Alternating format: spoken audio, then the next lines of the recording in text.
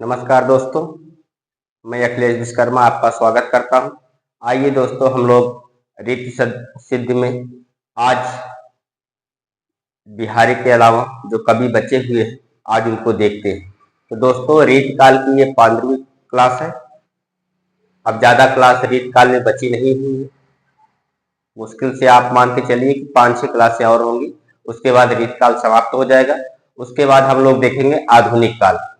जिस प्रकार से रीत काल को बहुत बारीकता के साथ हम लोग देखा है, वैसे ही आधुनिक काल को भी बारीकता के साथ देखेंगे। तो आइए दोस्तों, आज की क्लास को शुरू करते हैं और जो बचे हुए कवि हैं रीत सिद्ध कवि, उनको आज सोच प्रयास करेंगे कि पूरा कर लिया जाए। तो आइए बिना देर की शुरू करते हैं। और आज के हमारे जो कवि हैं वो हैं वृंदावन दास। आप इनको कवि वृंद के नाम से भी जानते हैं, इनको वृंदावन दास के नाम से भी जाना जाता है। तो हिंदी साहित्य का इतिहास आपको बहुत ही डीप पढ़ाया गया है आपके अपने चैनल हिंदी अनमोल ऑनलाइन पर। अगर आपका कोई साथी छूट रहा है तो आप उसको शेयर कर सकते हैं। किसी प्रकार का कोई बाउंडेशन नहीं, आप जितनी बार चाहे उतनी बार शेयर कर सकते हैं और क्लास को लाइक कर दिया करें। और आपके लाइक और कमेंट से मेरा मोटिवेशन बढ़ता है, मुझे एक नई ऊर्जा प्राप्त होती है और मैं प्रयास करता हूं जब आपका कमेंट आता है, आपका आप लोग लाइक करते हैं तो मुझे और बेहतर करने की प्रेरणा मिलती है। तो आइए आज की क्लास शुरू करते हैं। आज की हेडिंग है वृंदावन दास और बहुत इंपॉर्टेंट भी है ये वृंदावन दास। और आप इनको किस नाम से जानते हैं? कवि वृंद के नाम से भी जानते हैं। ठीक, अगर जन्म की बात करें तो इनका जन्म 1643 ईस्वी मेड़ता में हुआ था। तो आइए लिखते हैं इनके बारे में। जन्म 1643 ईस्वी, 1643 ईस्वी मेड़ता।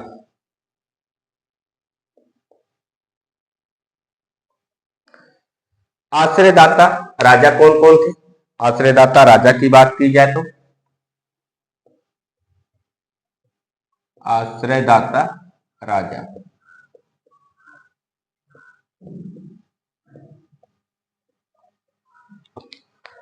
आश्रयदाता राजा थे औरंगजेब।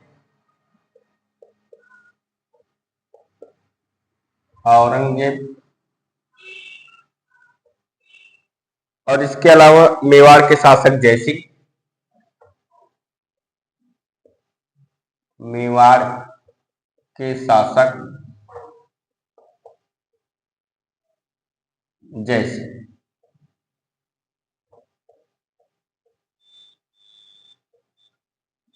और एक थे, उनका नाम था किशनगढ़ के शासक राम सिंह।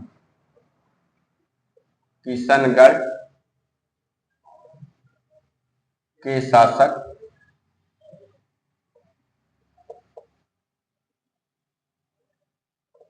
राम सिंह। हम देख रहे हैं वृंदावन दास के बारे में। इनको हम कवि वृंद के नाम से भी जानते हैं। और जन्म कहाँ हुआ था? जन्म मेड़ता में हुआ था। कब? 1643 ईस्वी। आश्रयदाता राजा कौन कौन थे? औरंगजेब थे, जयसिंह थे, राम सिंह। जयसिंह कहाँ के राजा थे? मेवाड़ के। और राम सिंह कहाँ के राजा थे? किशनगढ़ के। आइए देखते हैं इनके गुरु का नाम। इनके गुरु का क्या नाम था? गुरु की बात की जाए तो इनके गुरु का नाम था हरिहर पंडित। हरिहर पंडित, ये इनके गुरु थे। और वर्ण विषय की बात की जाए तो वर्ण विषय क्या था इनका?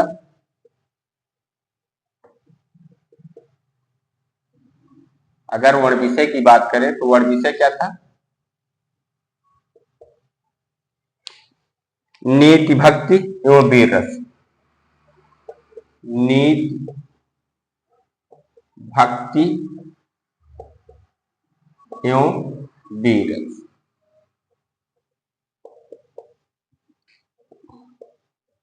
मतलब नीति से संबंधित पद लिखते थे, ये भक्ति से संबंधित पद लिखते थे और वीर रस से संबंधित पद इन्होंने लिखा है। इनका वर्ण विषय क्या है? नीति, भक्ति एवं वीर रस। गुरु कौन है? हरिहर पंडित। आइए देखते हैं इनकी रचनाएं कौन कौन सी हैं। रचनाएं,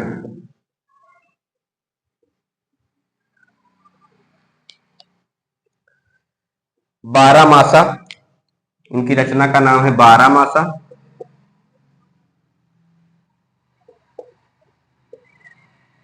भाव पंचाशिका, भाव पंचाशिका।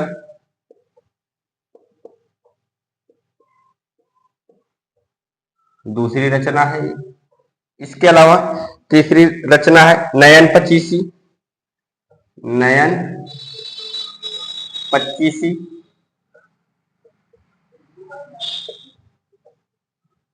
और पवन पचीसी, पवन पचीसी। एक बार फिर से देख लीजिए रचनाएं कौन कौन सी? बारहमासा, भाव पंचाशिका, नयन पचीसी, पवन पचीसी। इसके अलावा श्रृंगार शिक्षा भी इनकी रचना है, श्रृंगार शिक्षा भी इनकी रचना है। और सबसे महत्वपूर्ण रचना इनकी कौन सी है? यमक सत्सई, यमक सत्सई। और ये कई बार परीक्षा में पूछी भी गई है। और कवि वृंद की भी सबसे महत्वपूर्ण रचना कौन सी है? यमक सत्सई। तो आप लोग ब्रैकेट में लिख लीजिए सबसे महत्वपूर्ण रचना, सबसे महत्वपूर्ण रचना।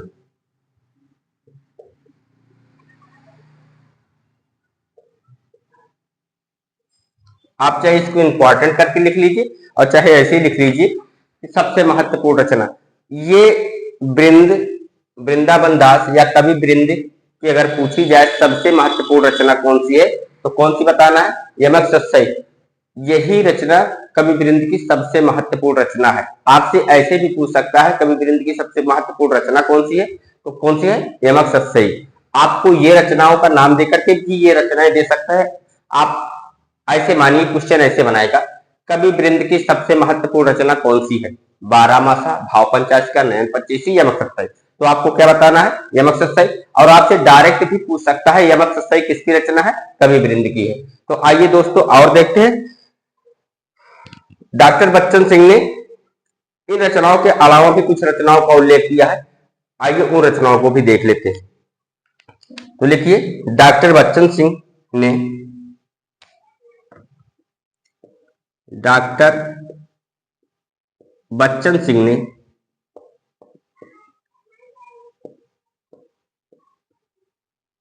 निम्नलिखित और रचनाओं का भी उल्लेख किया। निम्नलिखित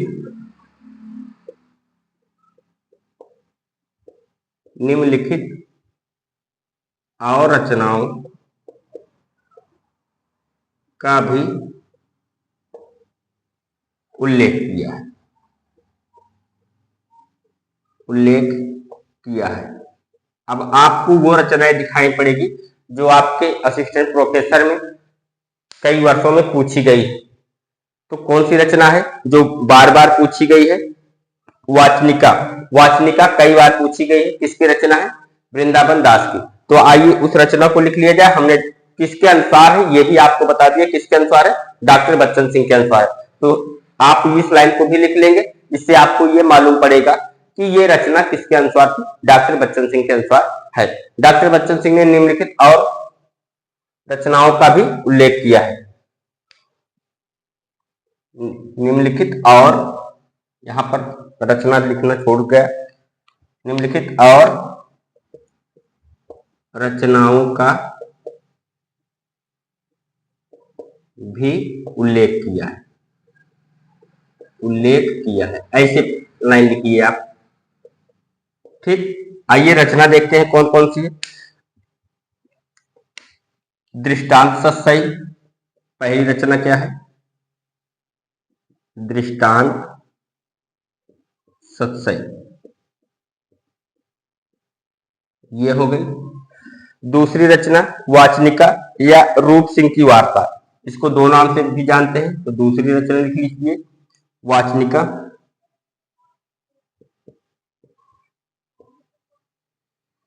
ऐसे बना लीजिएगा, रूप सिंह की वार्ता या रूप सिंह की वार्ता।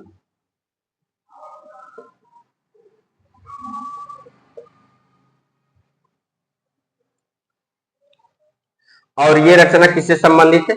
ये रचना वीर रस से संबंधित है, तो आप ब्रैकेट में ये भी लिख सकते हैं कि वीर रस से संबंधित।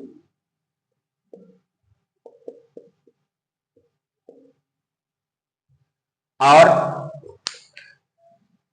हितोपदेशक, तीसरी रचना कौन सी है? हितोपदेश, हितोपदेशक।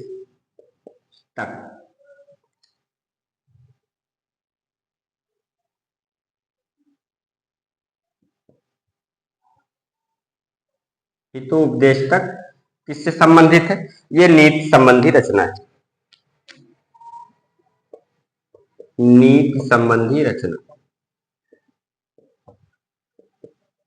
संबंधी रचना। ये तो हो गए कवि वृंद की रचना के बारे में। आप लोग लिख लीजिए। आइए इस पेज को एक बार दोहरा लिया जाए।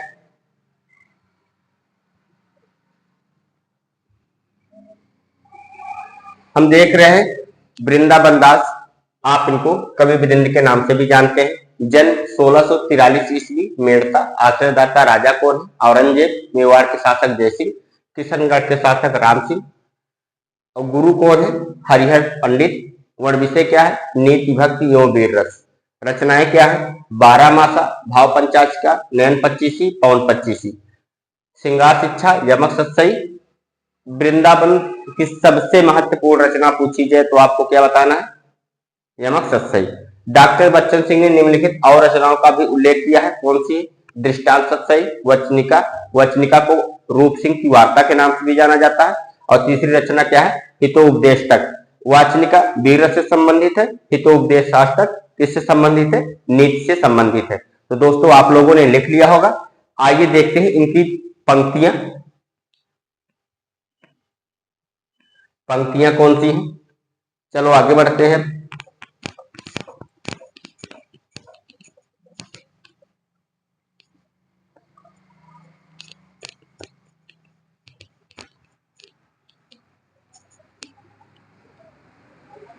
हेडिंग डाल लीजिए प्रसिद्ध पंक्ति।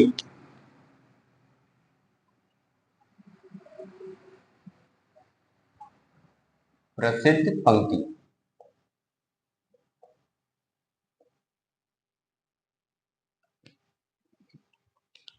इन्होंने औरंगजेब द्वारा हिंदुओं पर लगाए गए,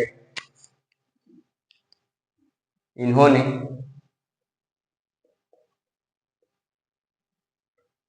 औरंगजेब द्वारा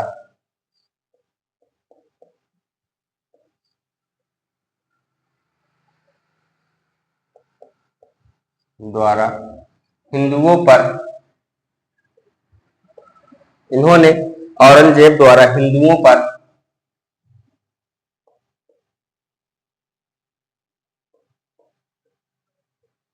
लगाए गए जजिया कर का विरोध करते हुए, का विरोध करते हुए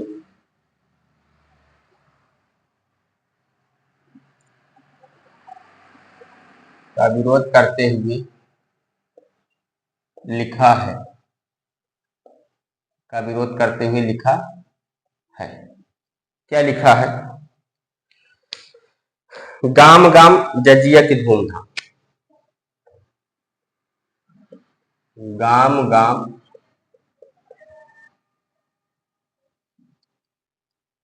गाम गाम धाम धाम, धाम धाम जजिया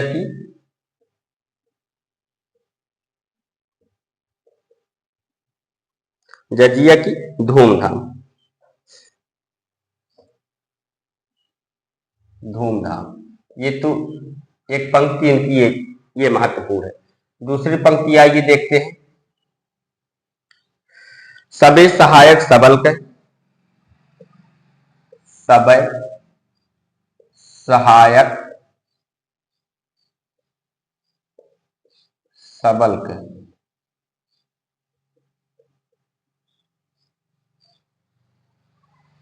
सबल के, सबे सहायक सबल के।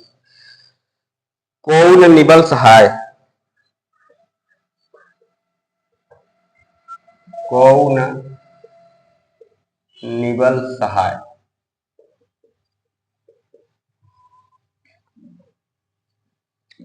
पवन जगावत आग को, पवन जगावत आग को,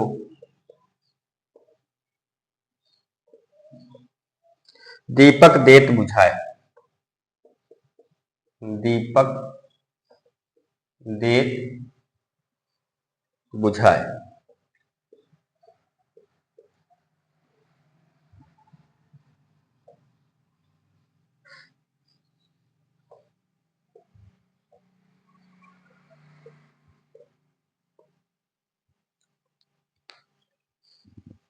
और ये वाली पंक्ति तो आपने कई बार सुन रखी होगी। तीसरी पंक्ति, तेते पांव पसारिए, तेते पांव पसारिए। ये अक्सर आप लोगों ने कहीं पर बुजुर्गों से बात करते हुए सुना भी होगा कि उतने ही पैर फैलाइए जितनी लंबी आपकी चादर हो। ये पंक्ति किसकी है? वृंददास की है या कवि वृंद की। तेते पांव पसारिए, जेती लंबी सौर, जेती लंबी सौर।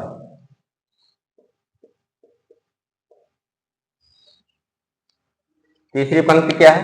तेते पांव पसारिए, जेती लंबी सौर। वृंद रीतकाल के सूक्तिकार कवि के रूप में प्रसिद्ध है। ये भी आप लिख लीजिए। वृंद रीतकाल के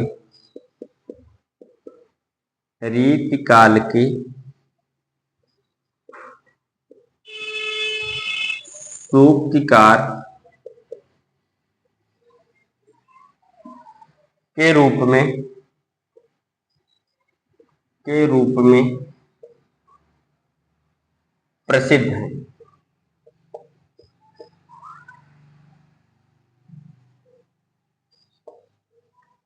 मैं आपको उतना ही मटेरियल देता हूं जो आपके लिए इंपॉर्टेंट। जितनी भी लाइन मैं करवाता हूं, आप एक भी लाइन मत छोड़िएगा, क्योंकि हर लाइन से क्वेश्चन आया हुआ है और आने की संभावना है। तो आप हर लाइन को महत्वपूर्ण समझकर ही पढ़िएगा। चाहूं तो मैं और भी करवा सकता हूं, फिजूल के आइटम भी बहुत भरे पड़े, लेकिन मैं आपको उतना ही देने का प्रयास करता हूं जहां से क्वेश्चन बनने की संभावना है और जहां से क्वेश्चन बने हुए हैं। तो आप इस लाइन को ये मत कर दीजिएगा कि सर ने इसको बाद में लिखवाया है तो ये महत्वपूर्ण नहीं। ये महत्वपूर्ण है। वृंद रीतकाल के सूक्तिकार के रूप में प्रसिद्ध है। आपसे ये पूछ सकता है रीतकाल के सूक्तिकार के रूप में कौन प्रसिद्ध है, तो आपको क्या बताना है? वृंद कवि। ठीक, तो आइए दोस्तों, आप लोग इसको नोट कर लीजिए, उसके बाद हम लोग आगे बढ़ते हैं। हम देख रहे हैं प्रसिद्ध पंक्तियां। प्रसिद्ध पंक्तियों में, एक मिनट, आप लोगों को हेडिंग नहीं दिख रही होगी।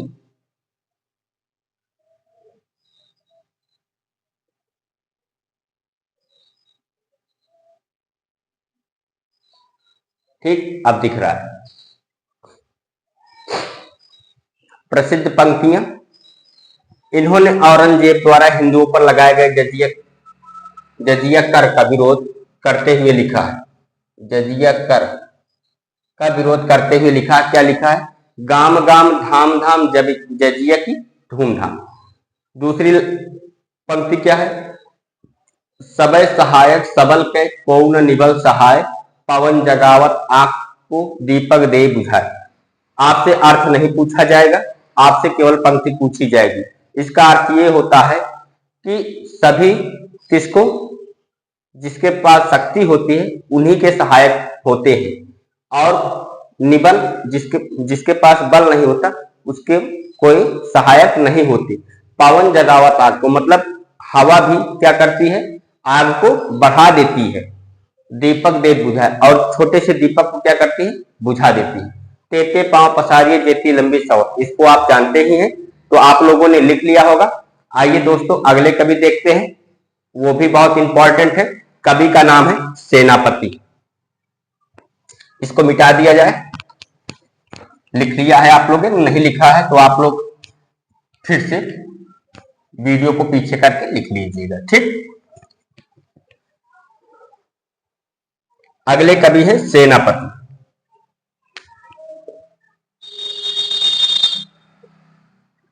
और ये भी आपके बहुत ही इंपॉर्टेंट है। सबसे पहले तो आपको ये पता होना चाहिए कि रीतिबद्ध कवि कौन है, रीति सिद्ध कवि कौन है, और रीति मुक्त कवि कौन है। तो अभी हम रीति सिद्ध में किसको देखा है? बिहारी को देख लिया, कवि वृंद को देख लिया। अब किसको देख रहे हैं? सेनापति। सेनापति के बारे में थोड़ा सा लिखना पड़ेगा आपको। ऐसा माना जाता है कि इनका मूल नाम, लिखिए, डायरेक्ट मूल नाम नहीं लिखवाएंगे, आप ऐसे लिखिए, ऐसा माना जाता है कि, ऐसा माना जाता है कि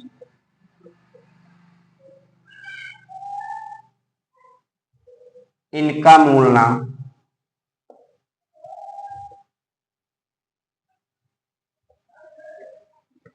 इनका मूल नाम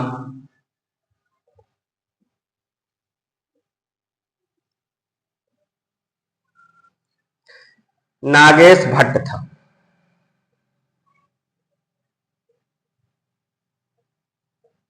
नागेश भट्ट था, ठीक। सेनापति इनकी उपाधि थी। सेनापति इनकी उपाधि।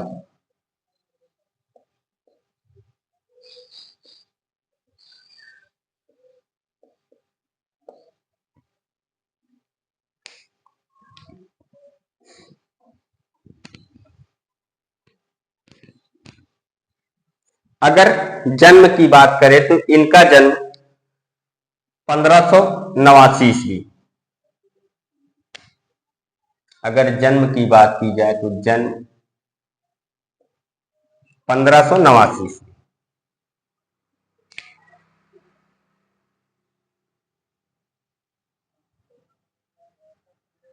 और निधन, निधन तो अज्ञात है, लिख लीजिए निधन अज्ञात।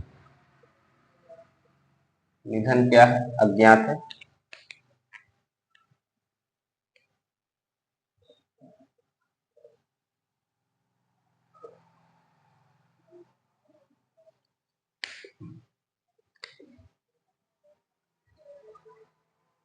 वर्ण विषय की बात करें तो इनका वर्ण विषय क्या है?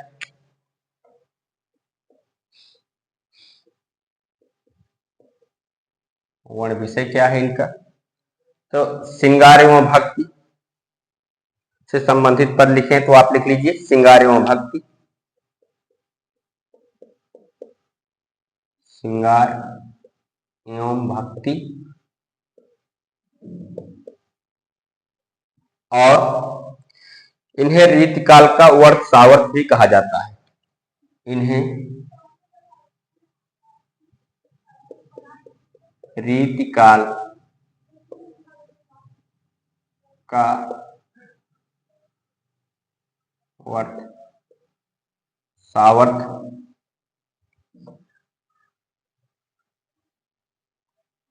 भी कहा जाता है।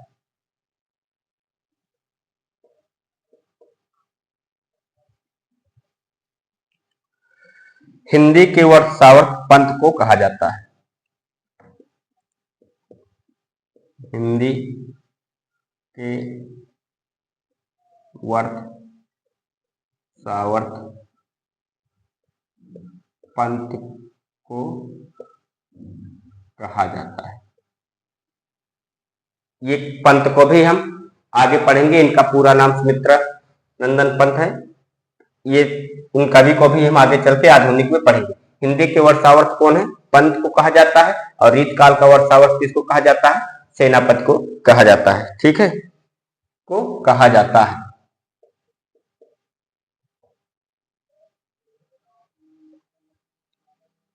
आइए देखते हैं रचनाएं कौन कौन सी हैं इनकी। रचनाएं कौन कौन सी हैं? तो पहली रचना है कवित्र रत्नाकर, जो बहुत प्रसिद्ध भी है। पहली रचना कवित्र रत्नाकर।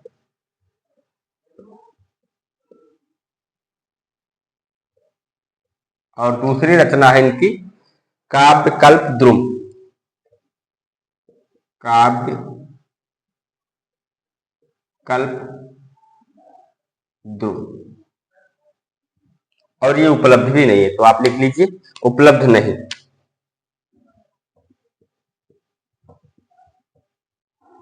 उपलब्ध नहीं। आइए देखते हैं सबसे पहले कवित्र रत्नाकर को, इसके बारे में देखा जाए।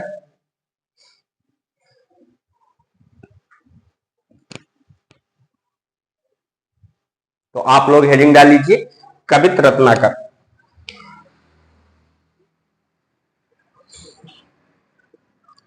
कवित्र रत्नाकर।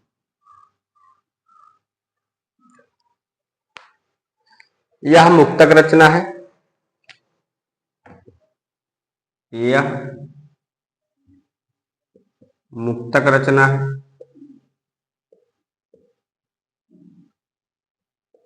रचना है।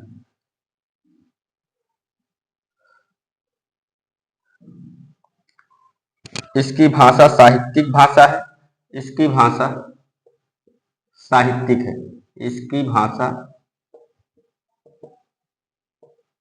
साहित्यिक है।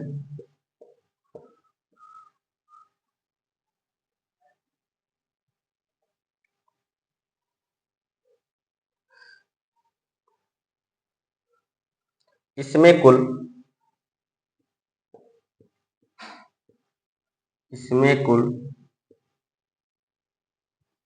394 छंद हैं। 394 छंद हैं, जिसमें कवित्त छंद की प्रधानता है। जिसमें कवित्त छंद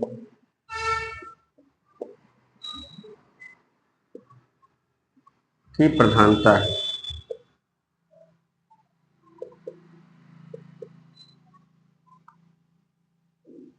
की प्रधानता है।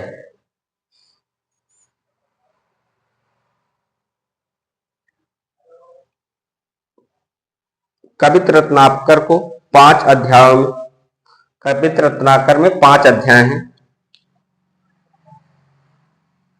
कवित्र रत्नाकर में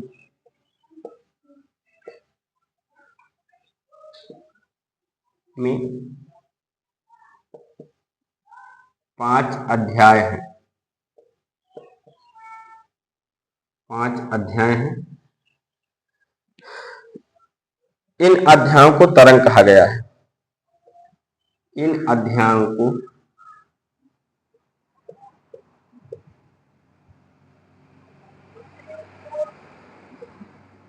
तरंग कहा गया है।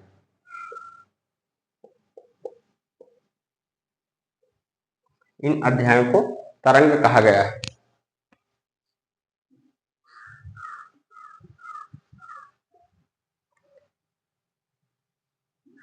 चौथी तरंग में राम कथा भी। चौथी तरंग में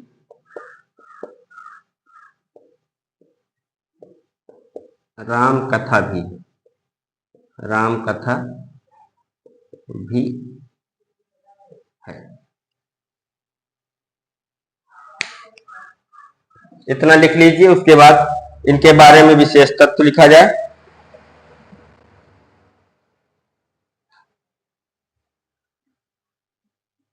आइए इस पेज को एक बार दोहरा लिया जाए। हम देख रहे हैं सेनापति। आज के हमारे दूसरे कवि हैं सेनापति।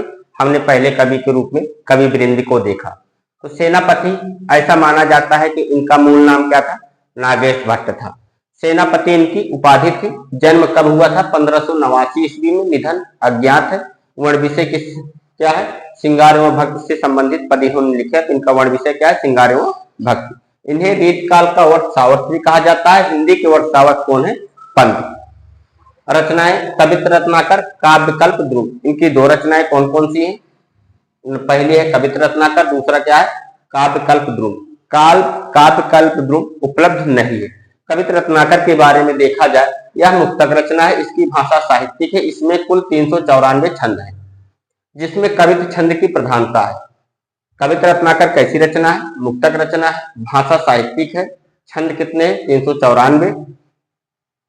कवित्र छंद की प्रधानता है। कवित्र रत्नाकर में 5 अध्याय हैं। अध्यायों की संख्या कितनी है? 5। इन अध्यायों को तरंग कहा जाता है। और चौथी तरंग में राम कथा भी है। आपसे ऐसे भी पूछ सकता है कि चौथे अध्याय में क्या है? तो चौथे अध्याय में राम कथा है। तो आप लोगों ने दोस्तों लिख लिया होगा। आइए अब देखते हैं आगे इनके बारे में थोड़ा सा विशेष तत्व देख लिया जाए।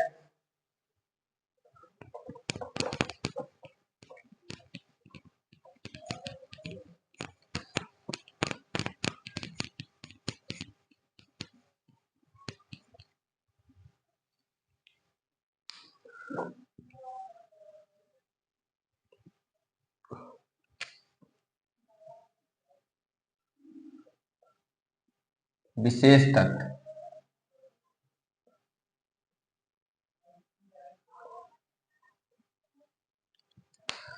सेनापति खड ऋतु वर्णन के लिए प्रसिद्ध है।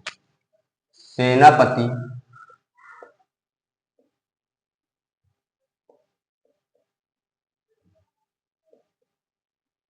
खड ऋतु वर्णन के लिए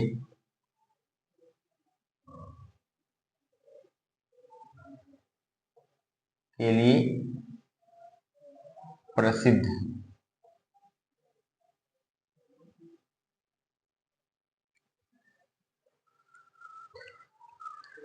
श्लेष इनका प्रिय अलंकार है। श्लेष इनका प्रिय अलंकार।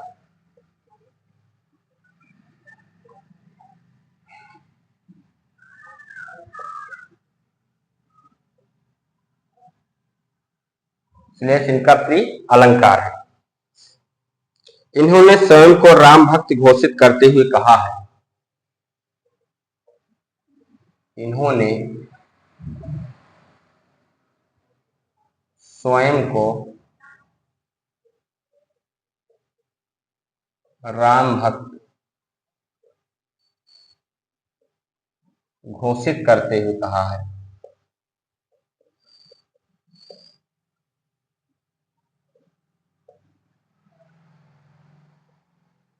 घोषित करते हुए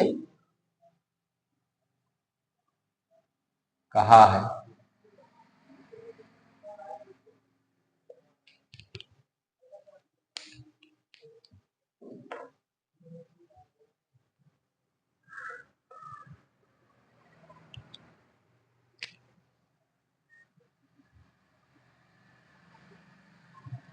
घोषित करते हुए कहा है। क्या कहा है? सेनापत सोई सीतापत।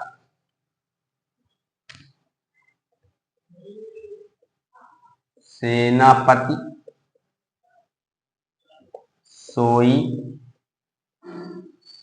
सीतापत।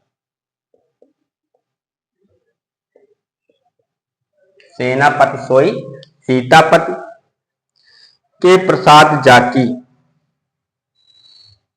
के प्रसाद जाकी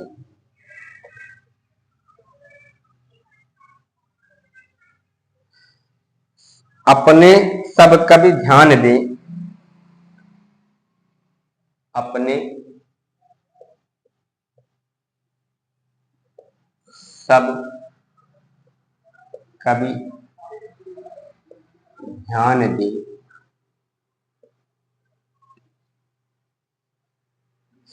सुनत कविताई, सुनत कविताई।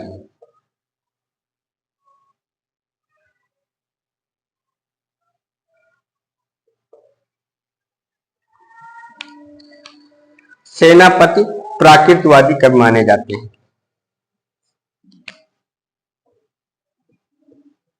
सेनापति प्राकृतवादी कवि माने जाते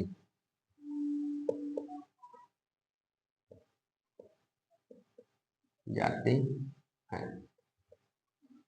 टीजीटी 2020 में आई हुई पंक्ति है, आप लोग लिख लीजिए। शोभा सरसाने न बखाने जात केहू भांति, शोभा सरसाने, शोभा सरसाने, ये 2020 टीजीटी में आया हुआ है, ये पंक्ति आई हुई पंक्ति है ये। शोभा सरसाने न बखाने,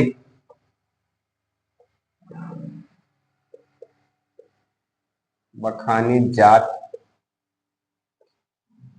केहू भांति,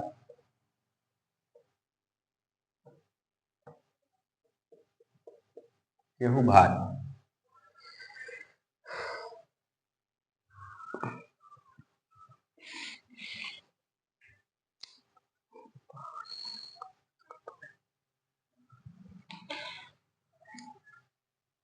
शोभा सरसाने न बखाने जात केहू भांति, आने है पहाड़ मानो, आने हैं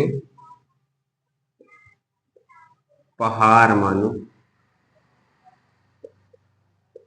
आने हैं पहाड़ मानो, काजर को, काजर के ढोए की,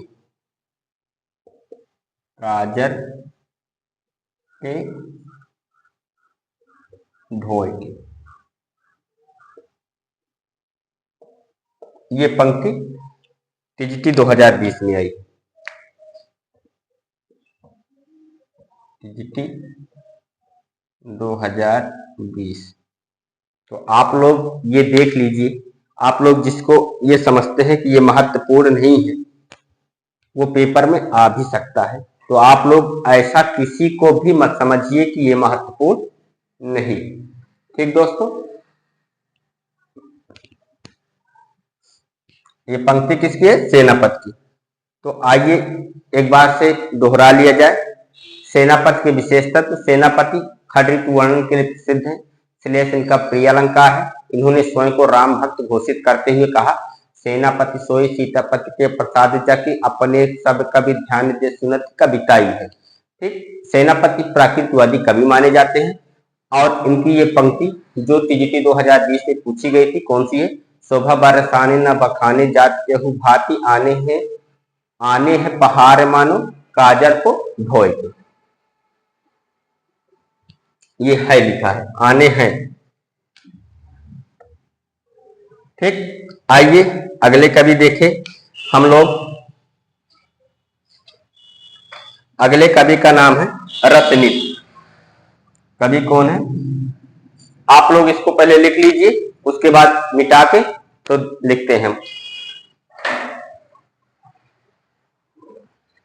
थोड़ा सा पानी पी ले हम, तब तक आप लोग लिखिए।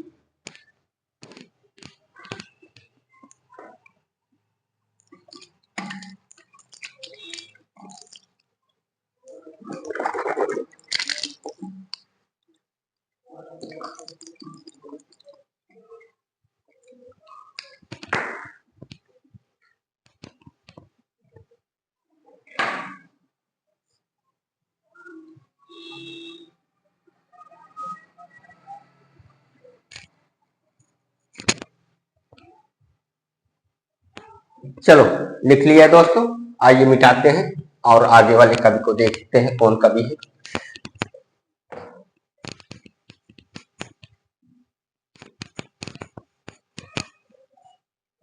अगले कवि का नाम है रसनिधि।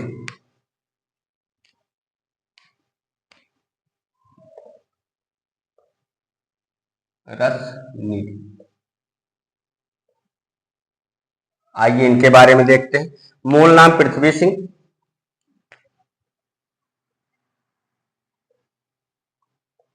मूल नाम क्या है इनका? पृथ्वी सिंह। और रचना काल की बात करें तो इनका रचना काल क्या है? रचना काल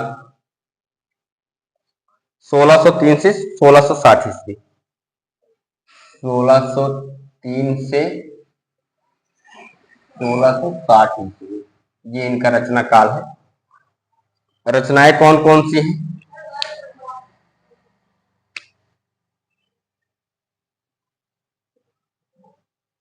रचनाओं के बारे में देखें तो रतन हजारा सबसे प्रसिद्ध रचना इनकी यही है।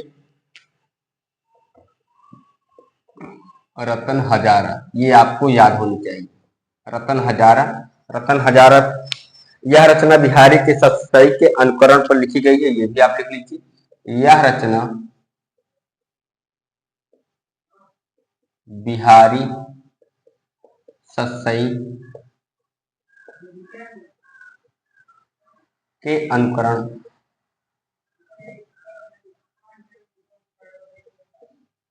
यह रचना बिहारी सतसई के अनुकरण पर लिखी है, पर लिखी है, लिखी है। इसमें 1024 छंद है, इसमें 1024 छंद है। यह रचना बिहारी सतसई के अनुकरण पर लिखी है, इसमें 1024 छंद है। आइए अगली रचना कौन सी है?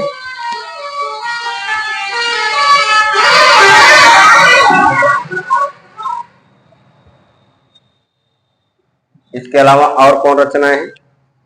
विष्णु पद कीर्तन, विष्णु पद कीर्तन,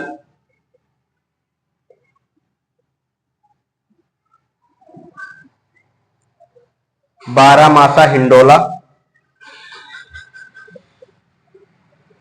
बारामासा हिंडोला,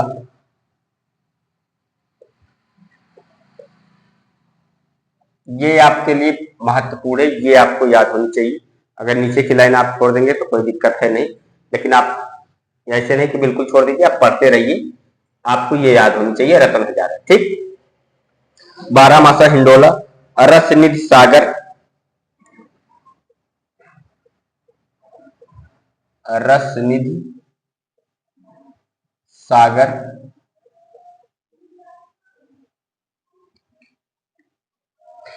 आरिल्य,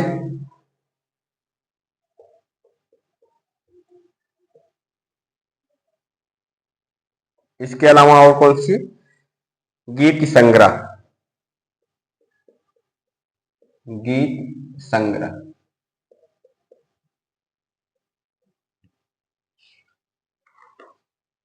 अगले कवि का नाम है नृप शंभु।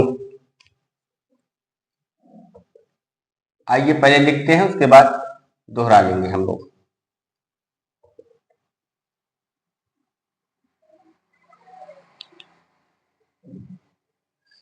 पूरा नाम शंभुनाथ सिंह,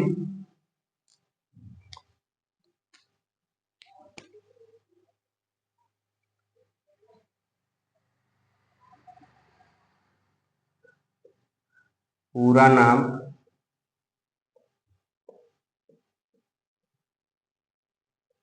शंभुनाथ सिंह।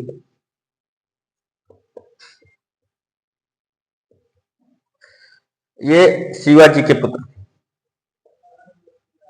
ये शिवाजी के पुत्र थे।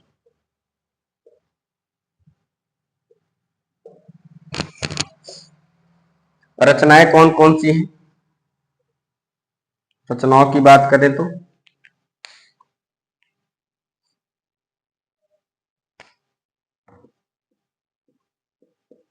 रचनाएं कौन कौन सी हैं? नक्सिक, इनकी रचना ऐसे लिखिएगा जैसे मैं लिख रहा हूं। नक्सिक,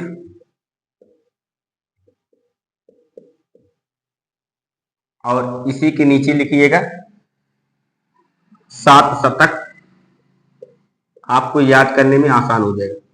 सात शतक और नायिका भेद। नायिका भेद, और ये रचनाएं किसमें है? ब्रजभाषा में। ये रचनाएं किसमें है? ब्रजभाषा में।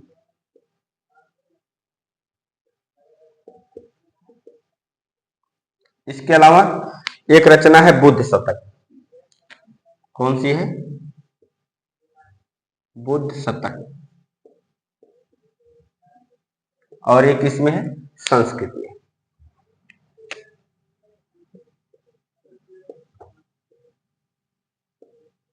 संस्कृत में, ठीक। अभी आपको याद हो जाएंगी आसानी से।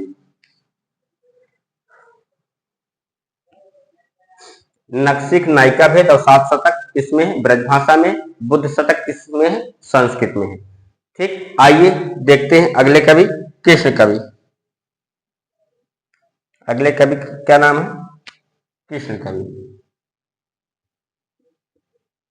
कृष्ण कवि, आइए इनके बारे में देखते हैं।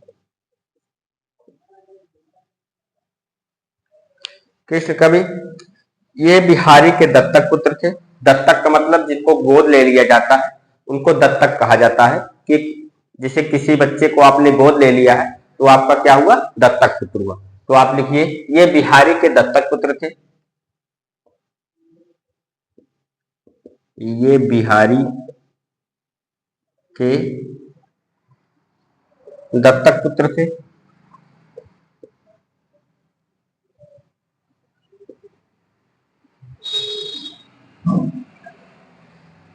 एवं शिष्य भी थे।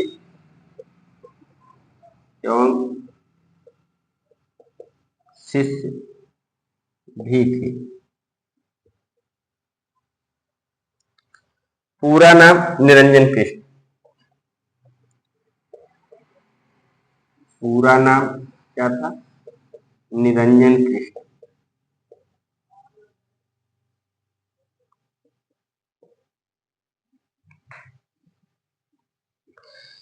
इन्होंने बिहारी सत्सई की टीका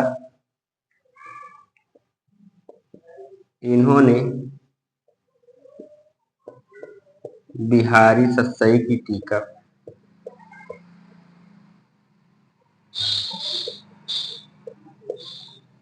इन्होंने बिहारी सत्सई की टीका ब्रजभाषा एवं सवैया छंद में लिखी।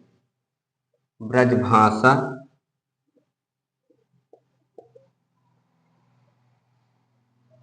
एवं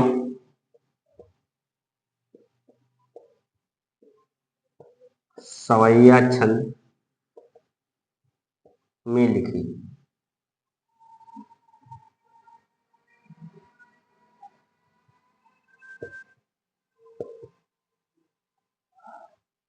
इन्होंने बिहारी सत्सई की टीका ब्रजभाषा एवं सवैया छंद में लिखी।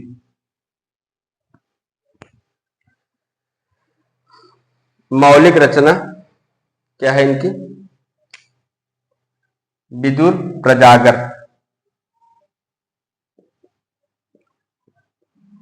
मौलिक रचना,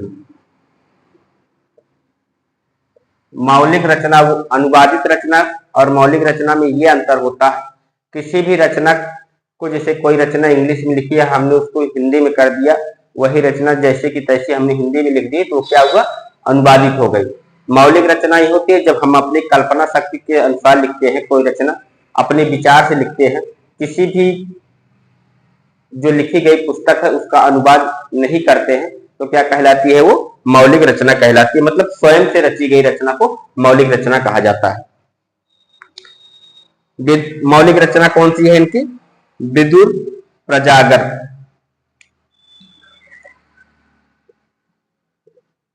विदुर प्रजागर। और ये किससे संबंधित है? ये संबंधित है भक्ति एवं नीति से संबंधित पद है इसमें। तो आप ये लिख लीजिए, भक्ति एवं नीति से संबंधित पद,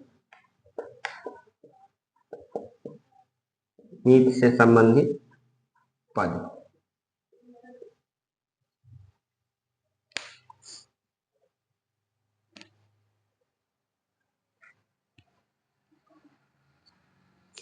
मौलिक रचना, विद्युत प्रजागर, भक्ति एवं नीति से संबंधित पद।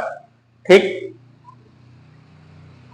आप लोग इतना लिख लीजिए, उसके बाद फिर आगे बढ़ा जाए। आइए इस पेज को एक बार दोहरा लीजिए। ठीक दोस्तों, हम देख रहे हैं रसनीत, मूल नाम पृथ्वी सिंह, रचना 1603 ईस्वी से 1660 ईस्वी। रचनाएं कौन सी है? रतन हजारा। यह रचना बिहारी सत्सई के अनुकरण पर लिखी है। इसमें 1024 छंद है। विष्णु पद कीर्तन, 12 मासा, हिंडोला, रश्मि सागर, आर्य गीत संग्रह, ये इनकी अन्य रचनाएं हैं। आप यहाँ पर लिखना चाहें तो लिख सकते हैं अन्य रचनाएं, और चाहे वैसे ही आप लिख सकते हैं। निप शंभु, अगर निप शंभु के बारे में देखा जाए तो निप शंभु का पूरा नाम शंभुनाथ सिंह था। ये शिवाजी के पुत्र थे। रचनाएं कौन कौन सी है? नक्सिक, सात शतक, नायिका वेद, ये किससे संबंधित है? ब्रजभाषा से संबंधित है। और एक रचना कौन सी है? बुद्ध शतक, ये किसमें है? संस्कृत में। कृष्ण कवि, ये बिहारी के दत्तक पुत्र थे। दत्तक का मतलब होता है किसी भी बच्चे को हम जब गोद ले लेते हैं और अपना बेटा बना लेते हैं तो हमारा दत्तक पुत्र कहलाता है। ये बिहारी के दत्तक पुत्र थे एवं शिष्य भी थे। पूरा नाम क्या था? निरंजन कृष्ण। इन्होंने बिहारी सत्सई की टीका ब्रजभाषा एवं सवैया छंद में लिखी। मौलिक रचना कौन सी है? विद्युत प्रजागर, भक्ति एवं नीति से संबंधित पद है। तो आप लोग दोस्तों लिख लिया होगा।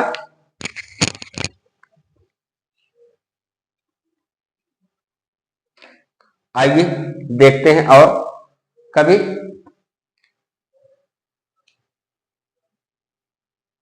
चलो, कई बच्चे कह रहे हैं सर रहने दीजिए, कल करवा दीजिएगा, कभी ज्यादा हो रहे हैं, कोई बात नहीं। अब आज की क्लास यहीं पर समाप्त करते हैं। और जो बच्चे हमको कमेंट करते हैं, जिसे शिवांश है और राहुल भी हैं, और पूनम मौर्य ने भी कल कमेंट किया था, इसके अलावा एकता जी हैं, तो इन सबको हिंदी अनमोल में स्वागत है। आप लोग ऐसे हमारे मोटिवेशन को बढ़ाते रहिए और हम आपके लिए बेहतर से बेहतर क्लास लाने का प्रयास करते रहेंगे। तो आज की क्लास हम यहीं पर समाप्त करते हैं दोस्तों। मिलते हैं कल की क्लास में, लेकिन कल की क्लास में आपको भागना नहीं है, चाहे जितने कभी बचे होंगे।